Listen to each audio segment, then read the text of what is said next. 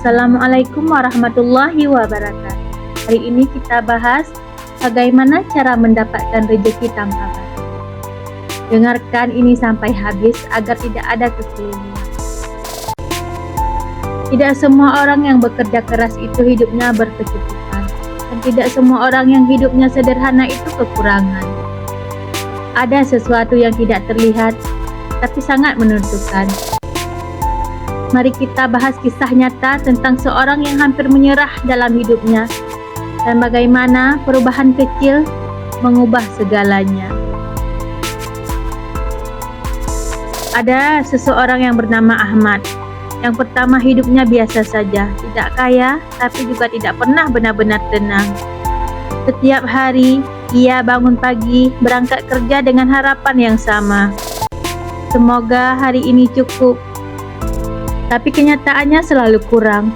Gaji datang lalu hilang begitu saja. Kebutuhan rumah, biaya hidup, tanggung jawab, semua seperti tidak ada habisnya. Ia bahkan pernah mencoba usaha sampingan, tapi tetap gagal. Ia pernah berharap pada peluang baru, tapi tetap sama, yaitu kegagalan yang terjadi. Dan yang paling menyakitkan bukan kekurangan itu sendiri, tapi perasaan hancur bahwa hidup ini tidak pernah berubah. Sampai suatu malam, Ahmad duduk sendiri di kamar yang gelap, lampu tidak dinyalakan. Bukan karena biaya listrik, bukan juga karena listriknya mati, tapi karena ia tidak ingin melihat apa-apa. Di depannya hanya sisa uang yang hampir habis. Dan dia menarik nafas panjang, dan untuk pertama kalinya ia berkata dalam hati, "Apa aku memang ditakdirkan hidup seperti ini?" Tangannya perlahan terangkat ke atas. Ia ingin berdoa, tapi ia berhenti karena ia merasa sudah terlalu jauh dari Allah Subhanahu wa Ta'ala. Salatnya sering ia tunda, doanya jarang, bahkan kadang ia lupa bersyukur.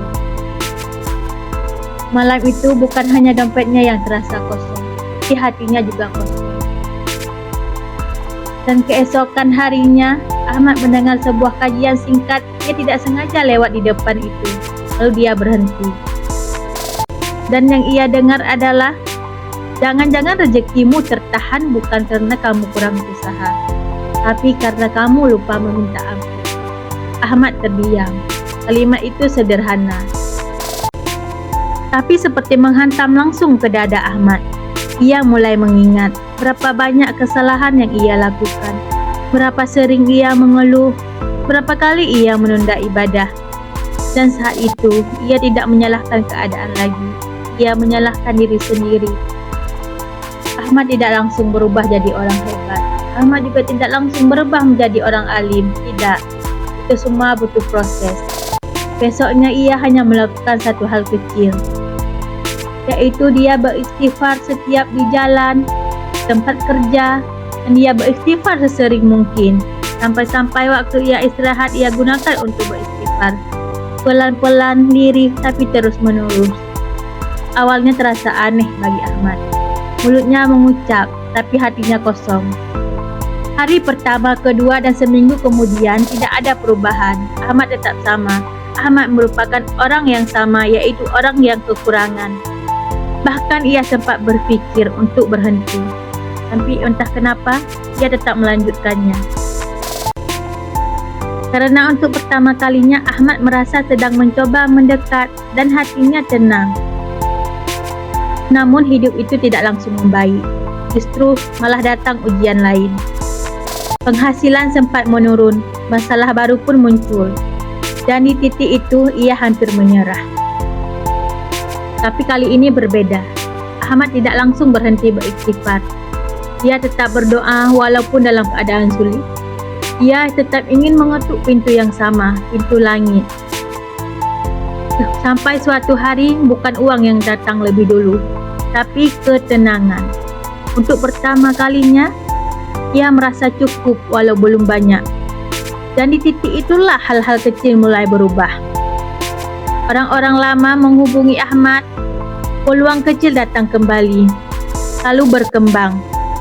Usaha yang dulu sempat sepi, bukan keajaiban besar dalam semalam yang datang, tapi rejeki yang datang pelan-pelan tapi pasti.